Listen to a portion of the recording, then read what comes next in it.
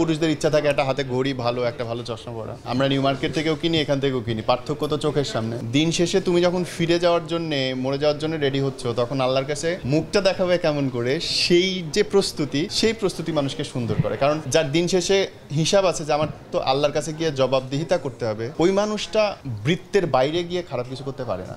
চশমাটা সুন্দর ছিল, আমি পরার পরে কেমন একটা ওই মনে হচ্ছিল যে গার্লফ্রেন্ডের চুল টাচ করার ফিল পাইতেছিলাম। এনে এত সিল্কি কেন আমি বুঝতে পারতেছিলাম না। পরে ডেসক্রিপশন পড়লাম, সেটা হচ্ছে টাইটানিয়াম, হোয়াইট গোল্ড, আরও অনেক ম্যাটেরিয়াল দিয়ে বানানো। ওটার দাম ছিল হচ্ছে 1,10,000 টাকা। That's good. আমাদের মতো গরিব মানুষের জন্য দাম খুব একটা বেশি না, বাট ওকে, ভালো জিনিসের দাম ভালো বেশি হবে এটাই নিয়ম। এবং এটা যেহেতু একটা ঢাকা প্যাভিলিয়নটা তোমার ব্র্যান্ডেড শোরুম, সো ব্র্যান্ডেড সব কিছুর দাম তো আসলে এমনিতেই বেশি হয়। But that's a good thing যে অনেকেরই পুরুষদের ইচ্ছা থাকে একটা হাতে ঘড়ি ভালো একটা ভালো চশমা পরা। আমরা নিউ মার্কেট থেকেও কিনি, এখান থেকেও কিনি, পার্থক্য তো চোখের সামনে। সো কম্পেয়ার করার বা স্বাদ মেটানোর জায়গা মানুষ পাবে।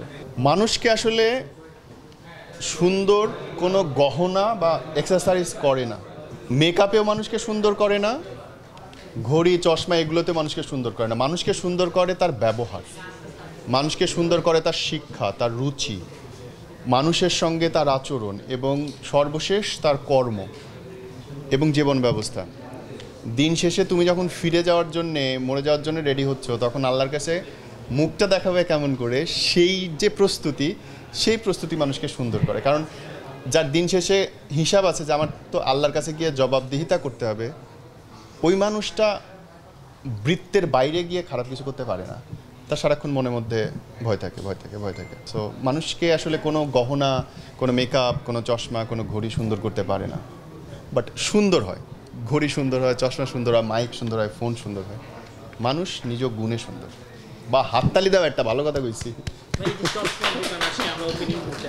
এত দামি চশমাই হওয়া উচিত। কখন হওয়া উচিত? ধরো ভাই, আমরা এখন নিম্ন আয়ের দেশ থেকে মধ্য আয়ের দেশে পরিণত হতে যাচ্ছি, স্বল্পোন্নত আয়ের দেশে পরিণত হতে যাচ্ছি। আমাদের নিউ মার্কেটের যে বইগুলো, তার 99% বই কিন্তু অবৈধ বই। কারণ হচ্ছে লেখক টাকা পায় না, বই ফটোকপি করে বিক্রি করা হচ্ছে, এগুলো অবৈধ কাজ।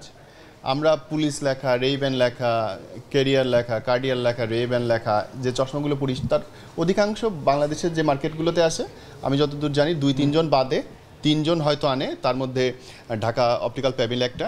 এছাড়া অধিকাংশ মানুষ হচ্ছে আমরা চুরি করা জিনিস, কপির কপিগুলো ইউজ করি। সো যদি